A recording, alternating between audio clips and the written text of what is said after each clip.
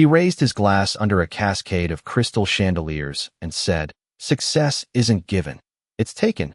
And the room answered with polite laughter that echoed like a well-rehearsed lie as Ethan Cole stood center stage, perfectly framed by warm golden light, his tailored tuxedo catching just enough shine to make him look untouchable, invincible. A man who had rewritten his past so cleanly that no one in this ballroom of Manhattan's elite seemed to remember the woman who had once stood beside him, when none of this existed.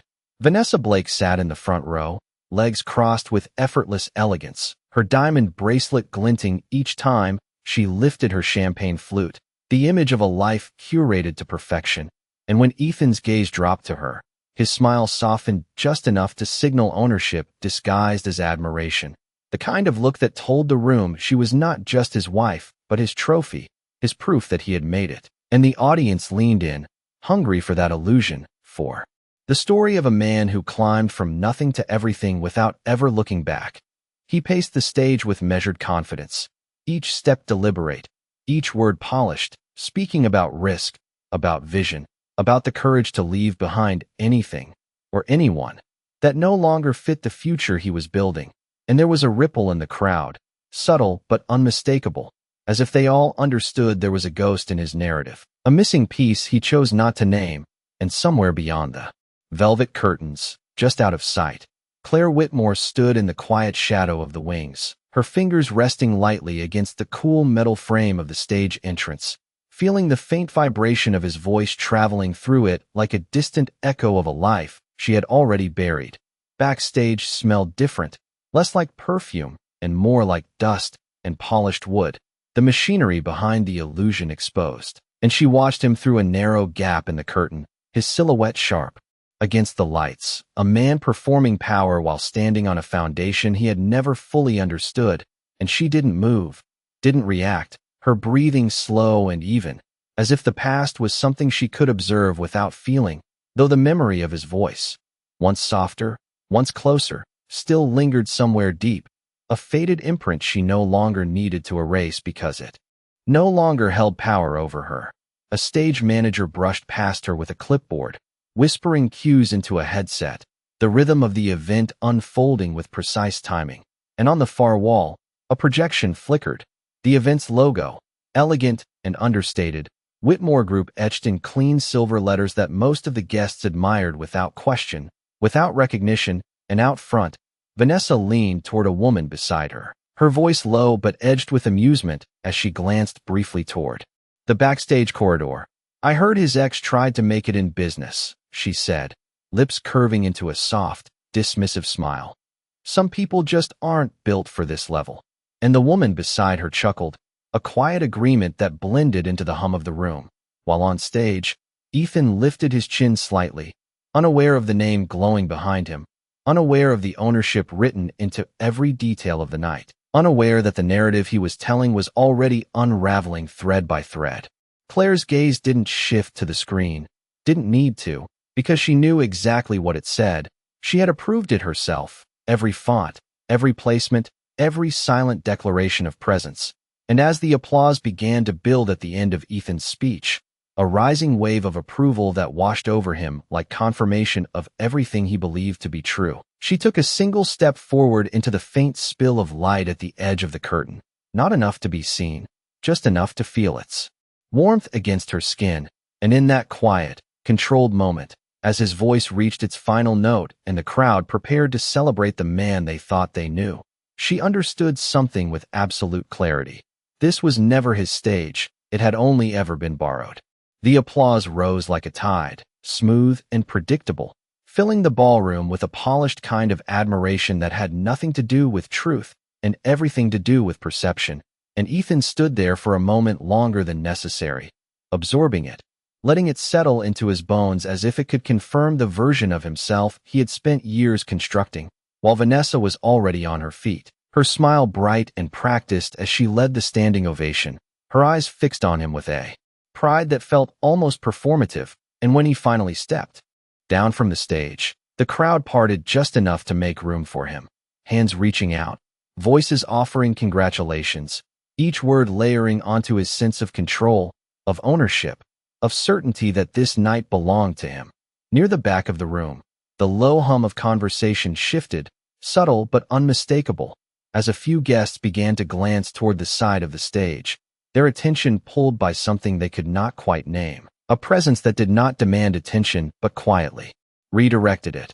And behind the curtain, Claire remained still, her posture relaxed, her expression unreadable, as if she were watching a film she had already seen before, one where the ending had never been in question. And when the stage manager approached her again, this time with a quieter urgency, a nod instead of words, she responded with the smallest movement of her head, an agreement that required no explanation. Out on the floor, Vanessa slipped her hand into Ethan's arm, guiding him slightly toward the center of the room where the lighting was strongest, where the attention was easiest to hold, and her voice carried just enough for those nearby to hear as she said, "You were incredible," before leaning in with a soft laugh that felt rehearsed. And then, as her gaze drifted once more toward the edge of the stage, her tone shifted, light but edged with something sharper. "It is funny how some people think they can just walk back into a world that has moved on without them." And a few guests nearby smiled politely, unsure whether they were meant to understand the reference, but eager to align themselves with her confidence.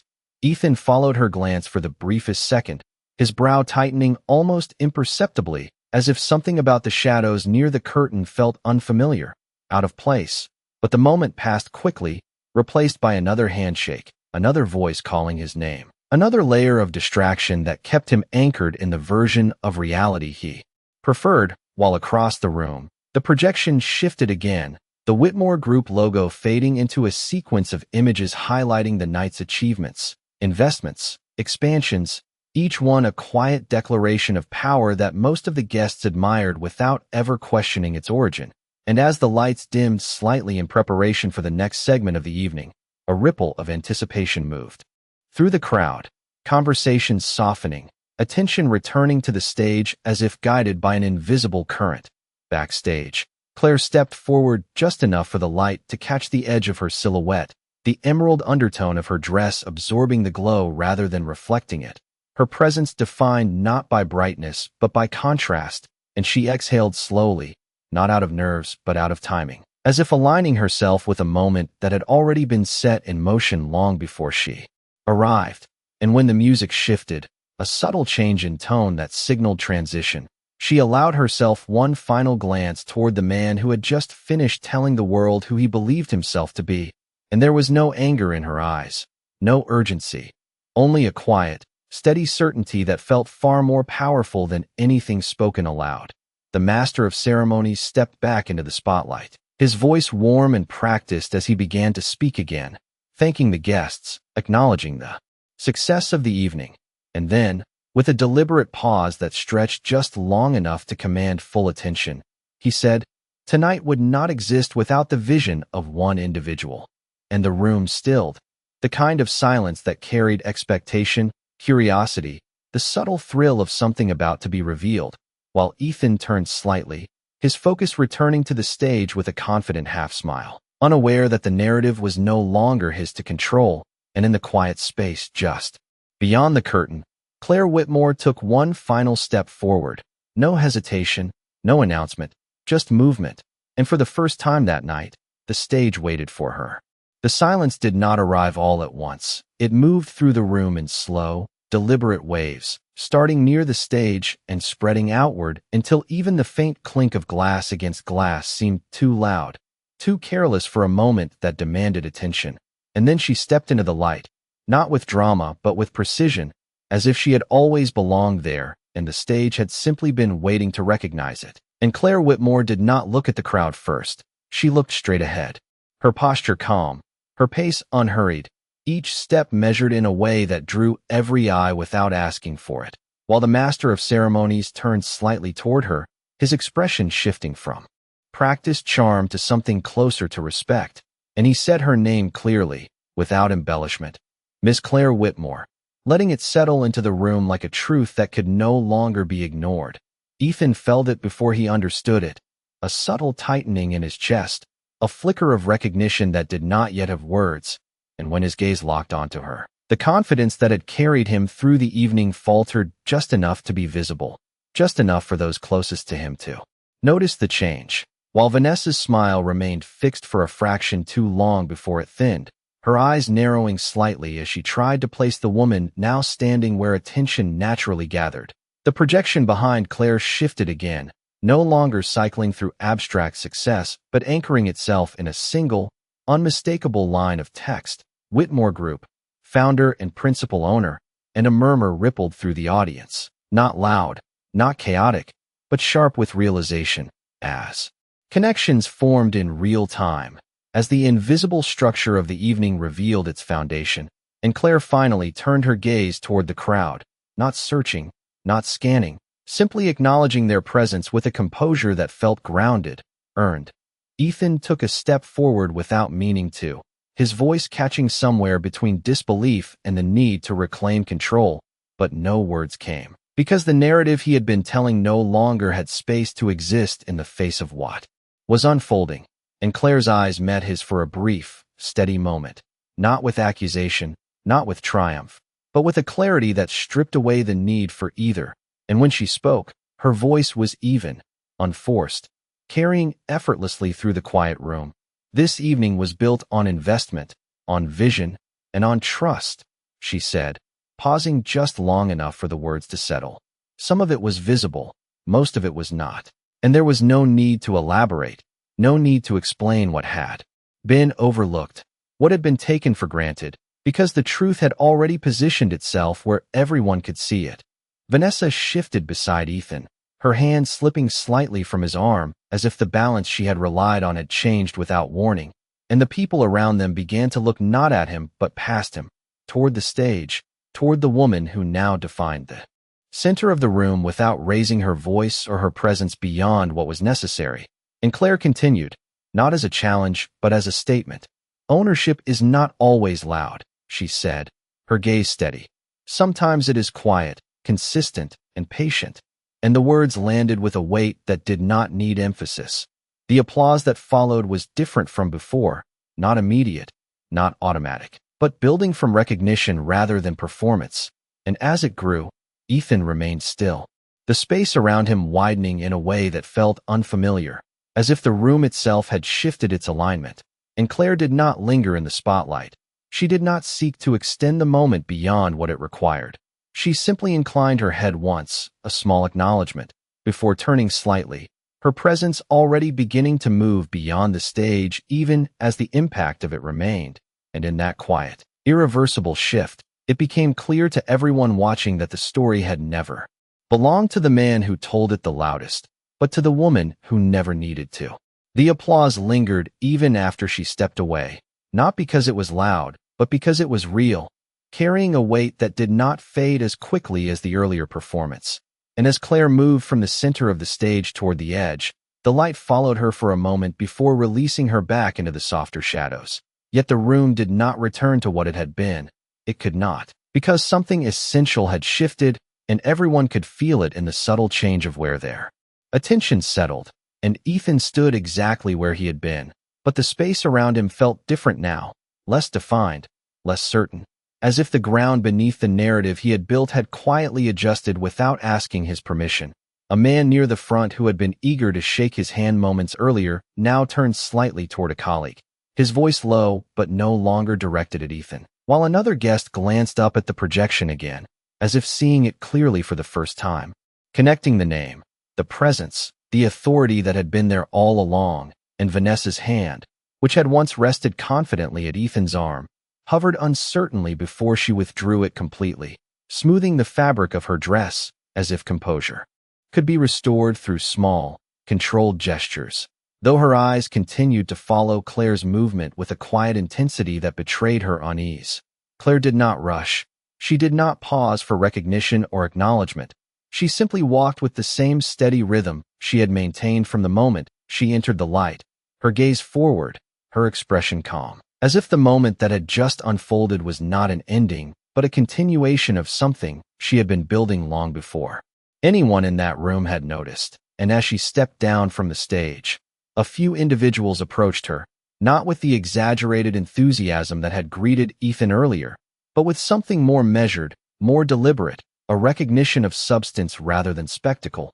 Their words quieter, their posture more attentive, and she responded with the same understated clarity, each exchange brief, respectful, complete. Ethan finally moved, a single step forward that felt less like intention and more like reaction, his voice forming her name but stopping short of sound, as if he were not yet certain what speaking it would mean in this new context.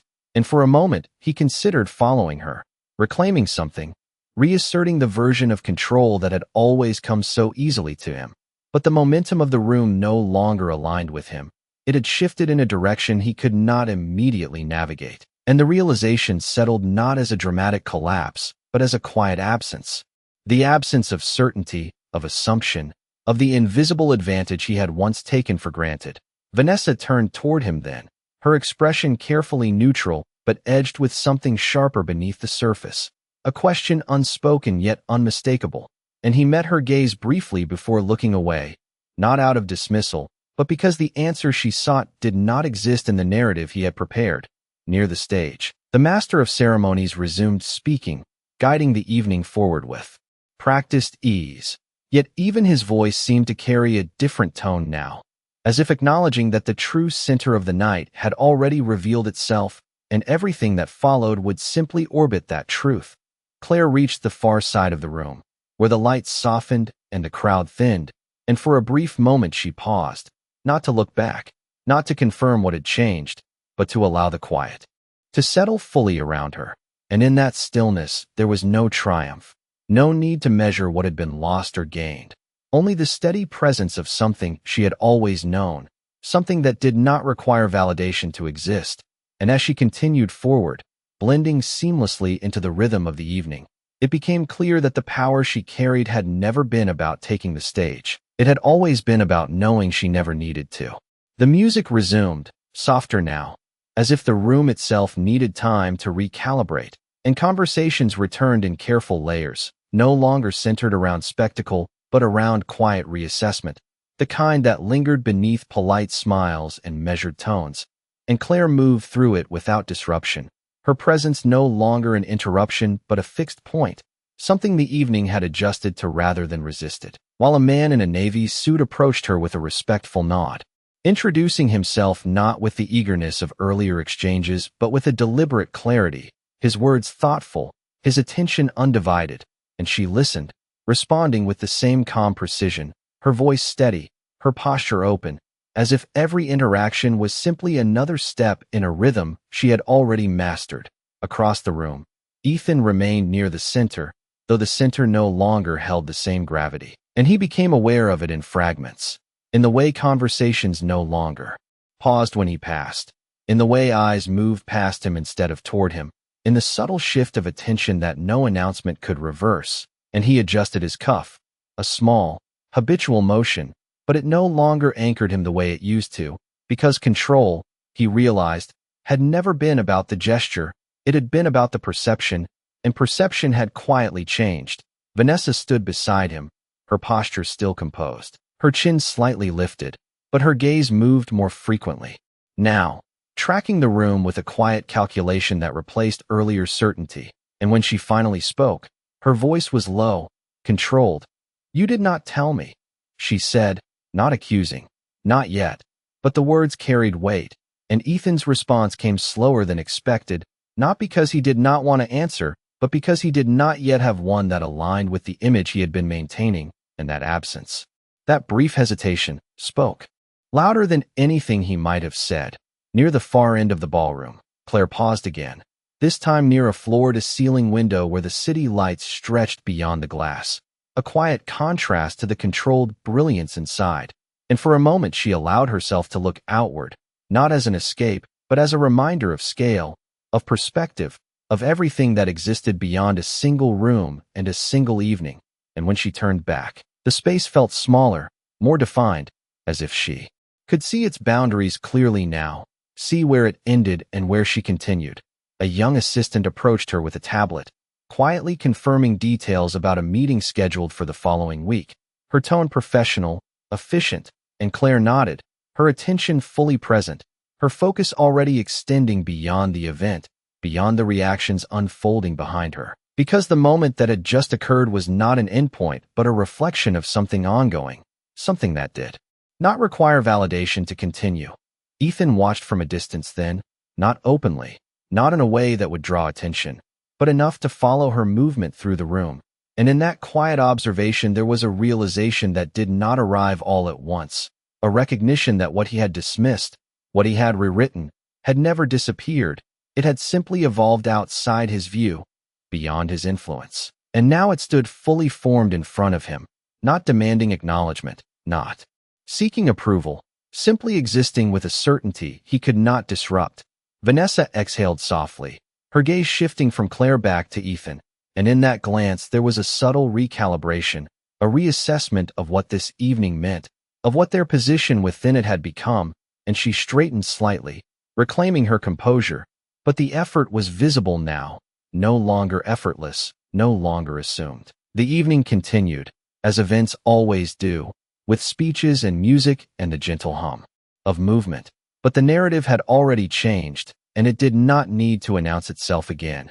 It settled instead into the space between conversations, into the way people chose where to stand, who to approach, what to remember, and Claire moved through it all with the same quiet consistency, never raising her voice, never needing to, because the truth she carried had already taken its place, and it did not require repetition to be understood.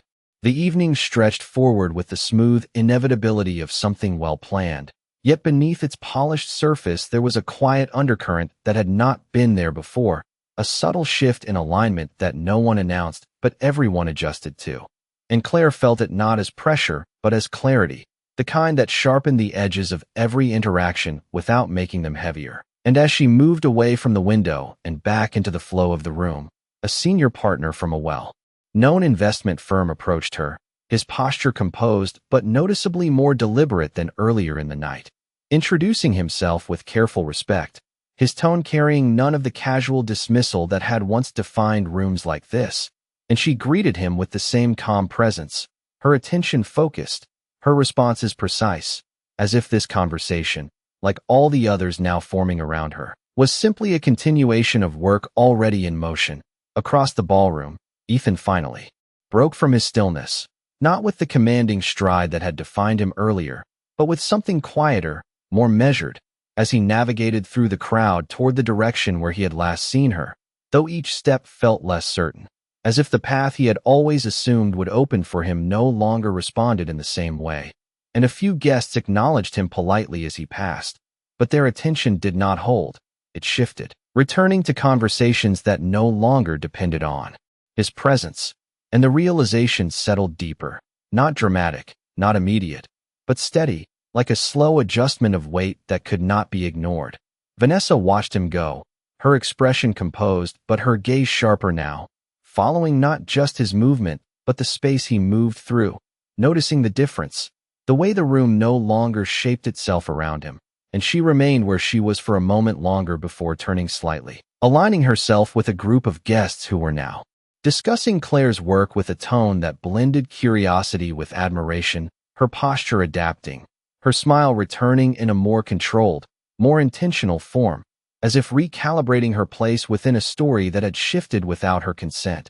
Claire sensed him before she saw him, not through instinct or emotion, but through the subtle change in the room's rhythm, the way conversations near her paused for a fraction of a second, the way attention adjusted just enough to signal his approach, and when she turned, it was not abrupt, not reactive, but timed, as if she had already decided how this moment would unfold long before it arrived. And Ethan stopped a few feet from her, close enough to speak without raising his voice, yet far enough that the space between them felt defined, intentional. For a brief moment, neither of them spoke, and the silence was not empty. It held years of unspoken history, of decisions made and paths diverged, but it did not press in on her. It did not demand resolution, because she no longer carried it as a weight. And when he finally said her name, Claire, it sounded different from how it once had, less certain, stripped of the assumption that it would be answered in a way that favored him, and she met his gaze evenly, her expression composed. her presence grounded in something that did not need to prove itself. He began to speak again, something about not knowing, about things changing, but the words felt incomplete even as they formed, and she listened without interruption, without correction, allowing the space for him to finish what he could not fully articulate. And when he did, when the silence returned, she responded simply, her voice calm, steady. "You knew enough," she said, not as accusation, not as defense, but as a statement that required no expansion, and the clarity of it settled between them, removing the need for anything further. He held her gaze for a moment longer, searching perhaps for something that no longer existed, something familiar, something he could still recognize as his. But what he found instead was distance, not cold, not hostile, but complete. And as she inclined her head slightly, a gesture of acknowledgement rather than dismissal, she stepped past him, not around him as an obstacle, but beyond him as something already resolved, and the room did not pause for it, did not react, because the moment did not need witnesses to hold its meaning. And as Claire continued forward, her focus already shifting to what came next, it became clear that the past had not been confronted, it had simply been outgrown. The distance between them did not close behind her, it remained exactly where she left it. A quiet, deliberate space that no longer invited pursuit. And as Claire moved forward, the rhythm of the evening seemed to realign around her presence once more, not abruptly, but with a steady, undeniable pull, as if the room itself had accepted a new center without needing to announce it. And a woman in a tailored ivory suit stepped into her path with a measured smile. Introducing herself as a board member from a major firm Claire had quietly partnered with months earlier, her tone respectful, her posture attentive, and Claire responded with the same composed clarity, her voice calm, her words precise, as they exchanged a few brief remarks about upcoming ventures. The conversation grounded not in impression but in substance, something that did not require performance to hold value. Behind her, Ethan remained where she had passed him, the moment lingering longer than he expected, not because of what was said, but because of what was not, the absence of reaction, of resistance, of anything he could push against, and it unsettled him in a way that no confrontation ever had, because it left him without leverage, without a narrative to reshape. And he turned slightly, watching her as she re-entered the flow of the room with an ease that felt entirely her own, not borrowed, not granted, but built. And he realized then that what stood before him was not a version of the woman he remembered, but something he had never fully understood. Vanessa approached him again, her steps controlled, her expression carefully neutral, though there was a sharper awareness behind her eyes now. And she glanced briefly in Claire's direction before returning her attention to Ethan, her voice low, steady. "You let her walk away," she said, not as a question but as an observation, and he did not respond immediately, because the truth of it was not something he could easily reframe, not something he could redirect into confidence. And the silence between them stretched just long enough to reveal what words might have concealed. Across the room, Claire accepted a glass of sparkling water from a passing server, her fingers brushing the cool surface of the glass as she thanked him softly, her attention already shifting toward the next conversation, the next detail, the next step beyond this evening. And as she stood there, the city lights reflecting faintly in the glass behind her, there was a quiet steadiness in the way she held herself, a sense of continuity that extended beyond the boundaries of the event, beyond the reactions unfolding in its wake. And a younger associate approached her with a question about a recent acquisition, his tone respectful but curious, and she answered with the same clarity, explaining just enough to guide him without diminishing his role, her presence reinforcing rather than overshadowing. Ethan finally exhaled, a slow release of something he had not realized he was holding, and he adjusted his stance, not to reclaim control, but to find balance in a space that no longer responded to him the way it once had. And he glanced around the room, noticing for the first time how many conversations no longer included him, how many decisions, alliances, and acknowledgments were unfolding independently of his presence. And it was not rejection, not overt, but it was absence, and absence, he realized, carried its own weight.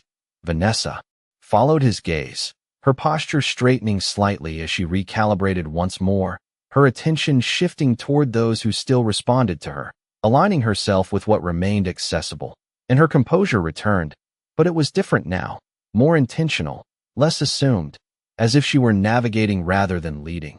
Claire, meanwhile, set her glass lightly on a nearby table, her gaze lifting briefly across the room, not searching for anyone in particular, but taking in the space as a whole. And for a moment her eyes passed over Ethan without pause, without hesitation, not as dismissal, but as completion, and then moved on, already focused on what lay ahead. And in that simple, unremarkable motion, it became clear that whatever had once connected them no longer held relevance in the present she occupied, because the life she had built did not revolve around what had been lost. It moved forward, steady and self-contained, requiring nothing from the past to sustain it. The evening had settled into a quieter rhythm, the kind that followed a shift too significant to ignore yet too refined to disrupt the surface. And conversations no longer carried the same careless confidence they had earlier. Instead, they moved with intention, with awareness, as if each person in the room had adjusted their understanding of where influence truly resided. And Claire felt it not as a change, but as confirmation. The natural alignment of something that had always been in place, simply unacknowledged until now. A senior executive approached her with a measured smile, his tone respectful as he referenced a recent acquisition that had quietly reshaped an entire sector, and she responded with clarity, her words precise, her gaze steady, not elaborating more than necessary, not diminishing the weight of what had been accomplished. And as they spoke, others gathered nearby, not interrupting but listening, their attention drawn not by spectacle but by substance. And the space around her expanded in a different way now, not through noise but through gravity. Across the ballroom, Ethan stood at the edge of a conversation that no longer included him, his presence acknowledged but not anchored, and he became aware of the subtle difference in how people addressed him, still polite, still professional, but no longer centered, no longer dependent. And he shifted slightly, adjusting his stance as if searching for a position that would restore what had quietly moved out of reach. But the room did not respond. It continued without him, its momentum redirected towards something more stable, more certain. Vanessa observed this with careful attention, her composure intact but her focus sharpened, and she turned toward a small group nearby, joining their discussion with a practiced ease, her voice measured, her posture confident. Yet beneath it there was a recalibration, a conscious effort to maintain relevance in a space that had subtly redefined its priorities. And as she spoke, her eyes flicked once more toward Claire, not with open hostility, but with a recognition that something fundamental had shifted beyond her control. Near the center of the room, Claire concluded her conversation with a brief nod, her expression unchanged, and as the group around her dispersed slightly, a familiar figure approached. An older woman with a quiet authority that did not need introduction, her presence acknowledged immediately by those nearby. And when she greeted Claire, there was no formality in it, only respect. "I have been watching," she said softly, her tone thoughtful. "You handled that with restraint." And Claire offered a small, composed smile. "There was nothing to handle," she replied, her voice even. "Only something to continue." And the woman nodded, understanding not just the words but the weight behind them. The music shifted again, a softer tempo that filled the space without demanding attention, and waitstaff moved seamlessly through the room, offering drinks, adjusting details, maintaining the illusion of effortlessness that defined evenings like this. Yet beneath it, the true structure had already been revealed, and no amount of polish could return it to what it had been. Ethan glanced toward Claire once more, not with expectation now, but with a quieter recognition, as if seeing something clearly for the first time required distance rather than proximity. And he realized that the moment on the stage had not been the turning point. It had been the confirmation, the visible expression of something that had long existed outside his awareness, and that realization settled without resistance, without immediate reaction, simply present. Claire moved again, her attention shifting naturally to the next conversation, the next decision, the next step beyond the boundaries of the evening. And as she did, the room adjusted around her once more, not dramatically, not visibly, but undeniably. And in that quiet, consistent movement, it became clear that what she carried was not a response to what had been done to her, but the result of what she had built in its absence, something steady, self-sustained, and entirely her own. The night continued to unfold with a quiet elegance that no longer relied on illusion, and the earlier energy of performance had softened into something more deliberate, more observant, as if every person in the room had adjusted their lens, choosing now to see rather than simply react. And Claire moved through it with the same steady composure, her presence no longer questioned, no longer introduced, but understood. And as she paused near a circular table where a small group of executives had gathered, their conversation shifted naturally to include her, not out of courtesy but out of recognition, their tone respectful, their questions thoughtful, and she answered with clarity, offering insight without excess, guiding without dominating. And in doing so, she reinforced something far more lasting than a moment on stage. She established continuity, a sense that her influence extended beyond a single reveal into something sustained and intentional. Across the room, Ethan stood near the bar, a glass in his hand he had not touched, his attention drifting not with urgency, but with a quiet, persistent awareness, and he watched as the room reorganized itself without any visible instruction. Conversations forming and dissolving in patterns that no longer centered him, and for the first time he began to see the structure beneath it all, the relationships, the decisions, the quiet agreements that had been taking place beyond his field of vision, and the realization did not arrive with shock, but with a slow, undeniable clarity, as if a map he thought he knew had revealed an entirely different set of coordinates. Vanessa joined him again, her posture composed, her expression refined, though the certainty that once defined her presence had shifted into something more calculated, and she glanced toward Claire before speaking, her voice controlled. "They are not looking at you anymore," she said softly, not with accusation but with precision, and Ethan exhaled slowly, his gaze steady. "They never were," he replied after a moment, the words quieter than anything he had said all evening, and in that admission there was no drama, no attempt to recover, only a recognition that settled into place with a weight he could not redirect. Near the center of the ballroom, Claire concluded another conversation, her attention moving seamlessly from one exchange to the next, and as she stepped away, a familiar voice reached her, a senior advisor who had worked with her in the earliest stages of building what now stood behind the evening's success, and he smiled, not broadly, but with a quiet satisfaction. "You did not need to say much," he remarked, his tone thoughtful, and Claire inclined her head slightly. "There was nothing left to explain," she answered, her voice even, and he nodded, understanding that what had been revealed did not require reinforcement. It simply required time to settle. The music shifted again, softer, more ambient, blending into the low hum of conversation, and the lighting adjusted subtly, no longer highlighting a single focal point, but allowing the room to exist in balance. And as Claire moved toward the edge of the ballroom once more, her steps unhurried, her focus already extending beyond the event, it became clear that her presence was not tied to the space itself. It was something she carried with her, something that did not diminish when she stepped away. Ethan watched her from a distance, not with the intent to follow, not with the expectation of another exchange, but with a quiet acknowledgement that what he had once dismissed had never required his understanding to exist, and that realization, simple and unadorned, settled into place without resistance. Vanessa remained beside him, her gaze forward now, her posture aligned with the room rather than against it, and the evening continued, as it always would, with conversations, with movement, with the steady progression of time, but beneath it all, the narrative had shifted completely, and it no longer needed to announce itself, because it had already taken hold in the only place that mattered, in the quiet, collective understanding that power had changed hands long before anyone thought to notice.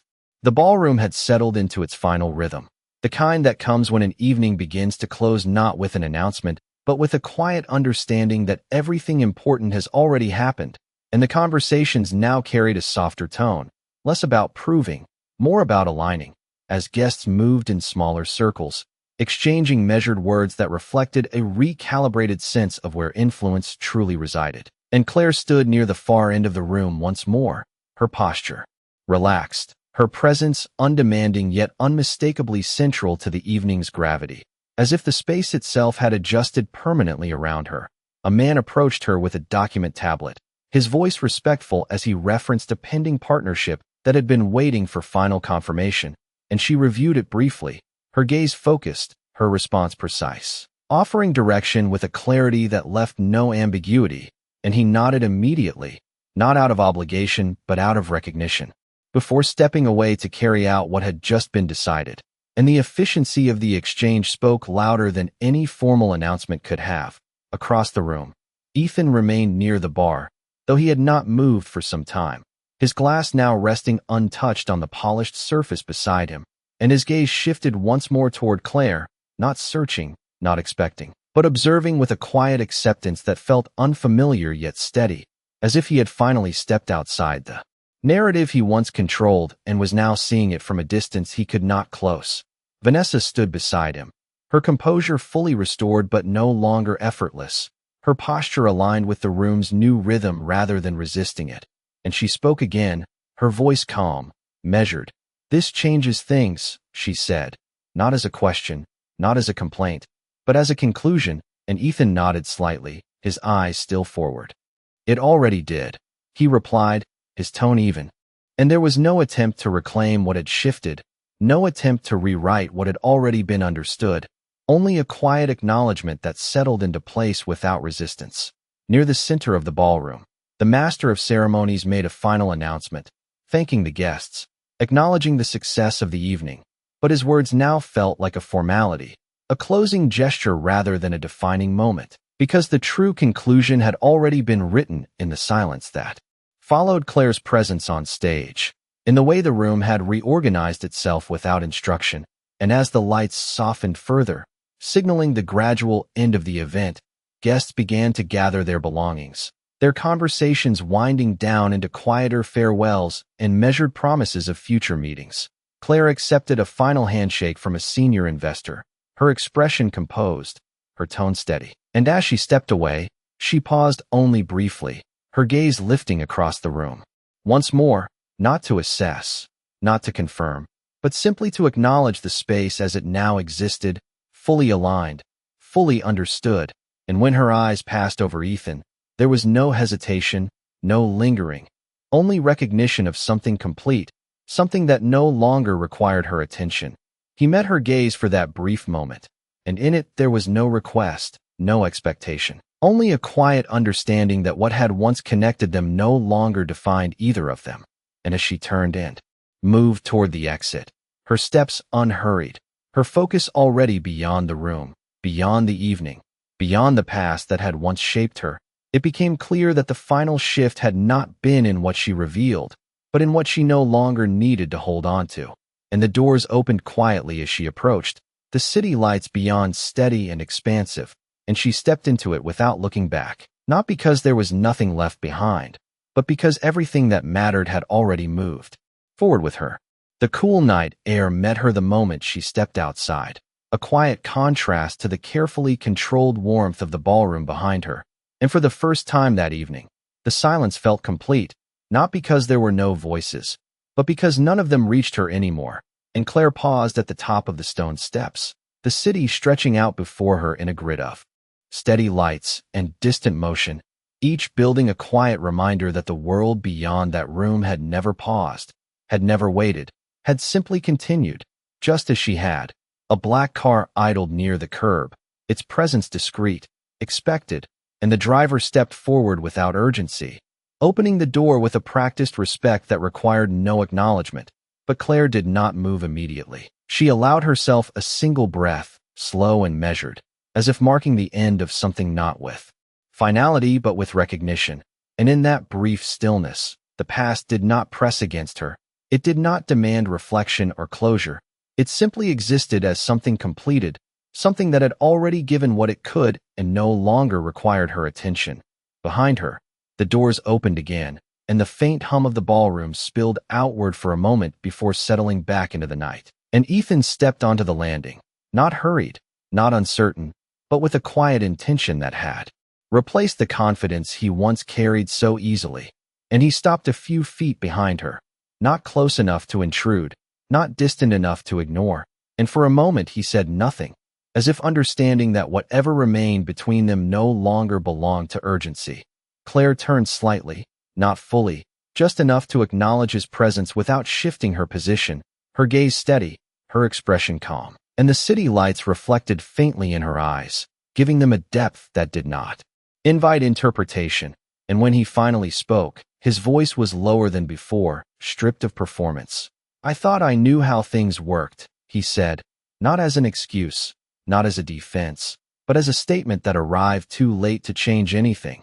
And Claire listened without interruption, her attention present but not anchored, as if the words were simply passing through a space that no longer held them.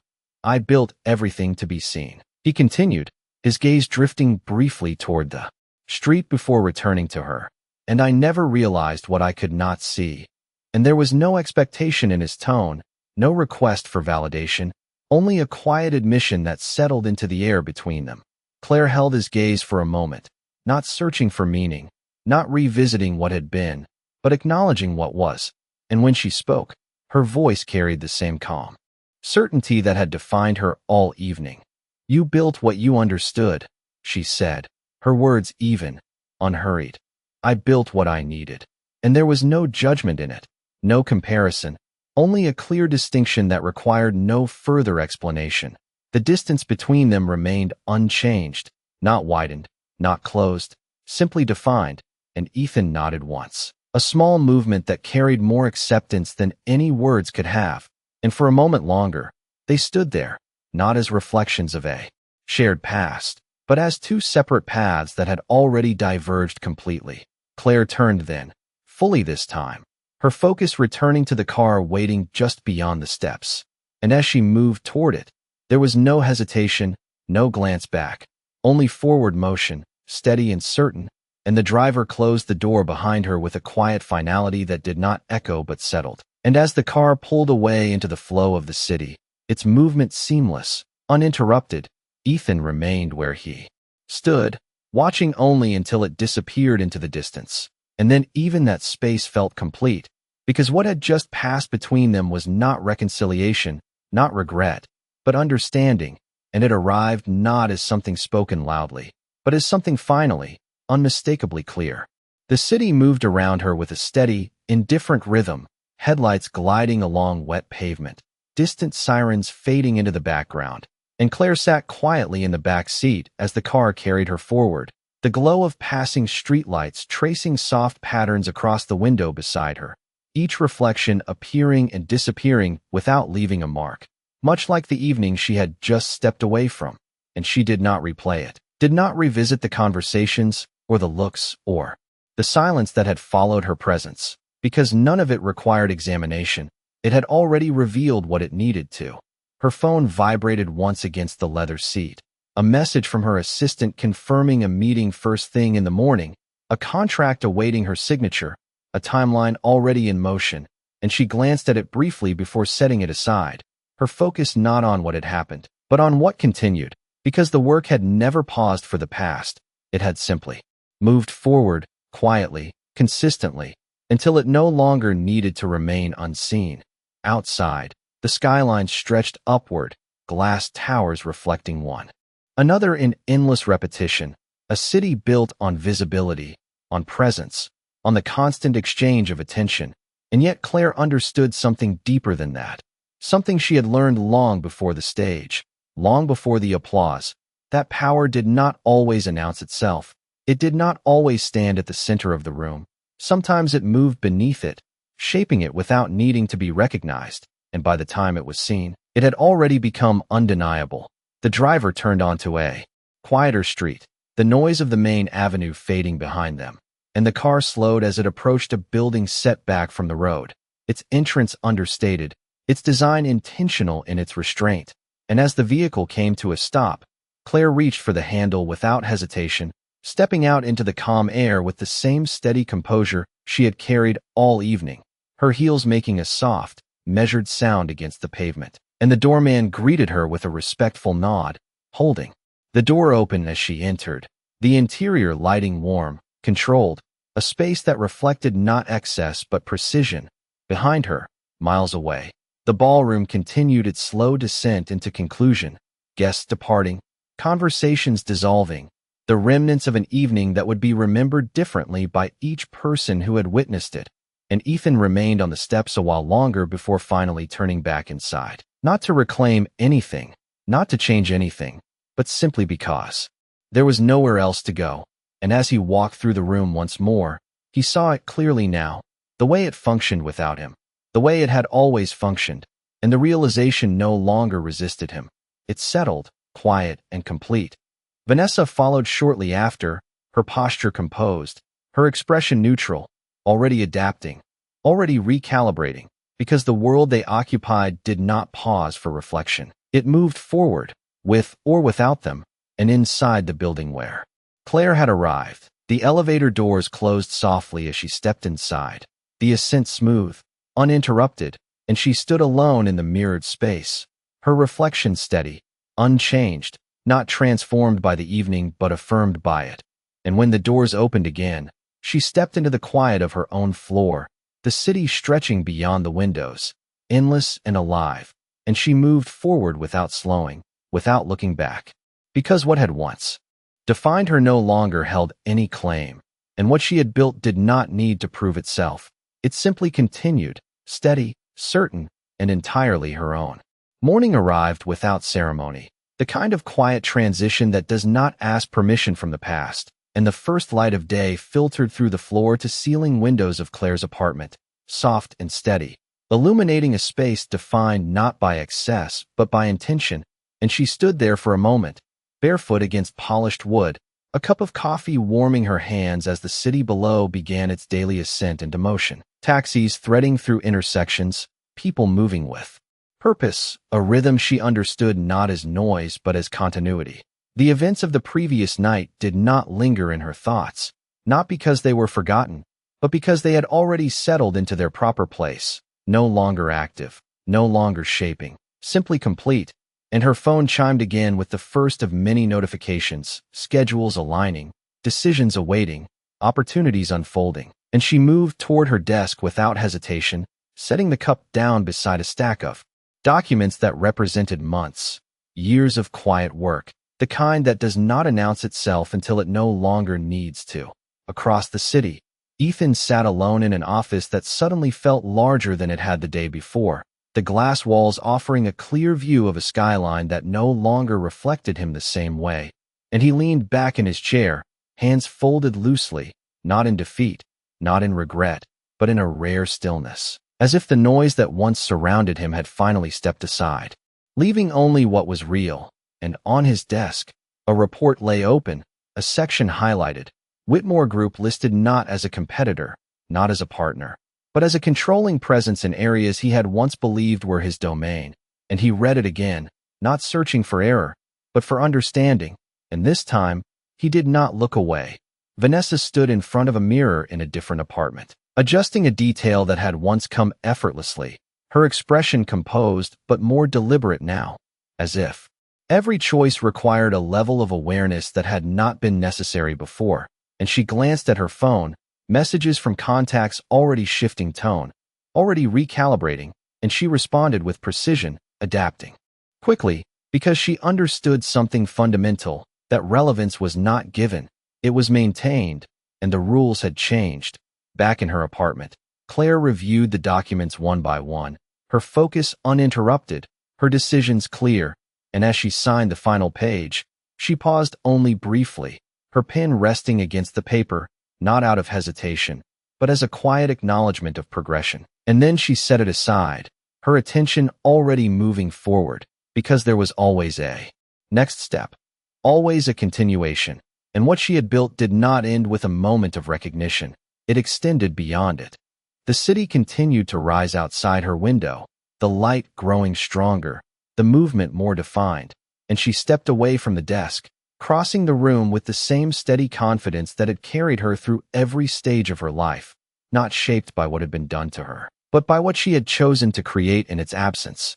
And as she reached for her coat, preparing to step into the day ahead, there was no sense of victory in her expression, no need to measure what had been gained or lost. only a quiet certainty that required no audience, no validation, and no return. Somewhere across the city, Ethan closed the report, his reflection faint in the glass before him, and for the first time, he did not attempt to reshape what he saw. He simply acknowledged it, the distance, the difference, the truth that had always existed beyond his awareness, and he exhaled slowly, not in defeat, but in understanding, because some realizations do not break you, they redefine you. And as Claire stepped out into the morning light, the door closing softly behind her, the city opened in front of her with endless possibility, and the past remained exactly where it belonged, behind her, not erased, not denied, but no longer needed, because what she had become was not a response to it. It was something entirely her own, something steady, something undeniable. And in that quiet, unspoken clarity, the world did not bow, it simply made space.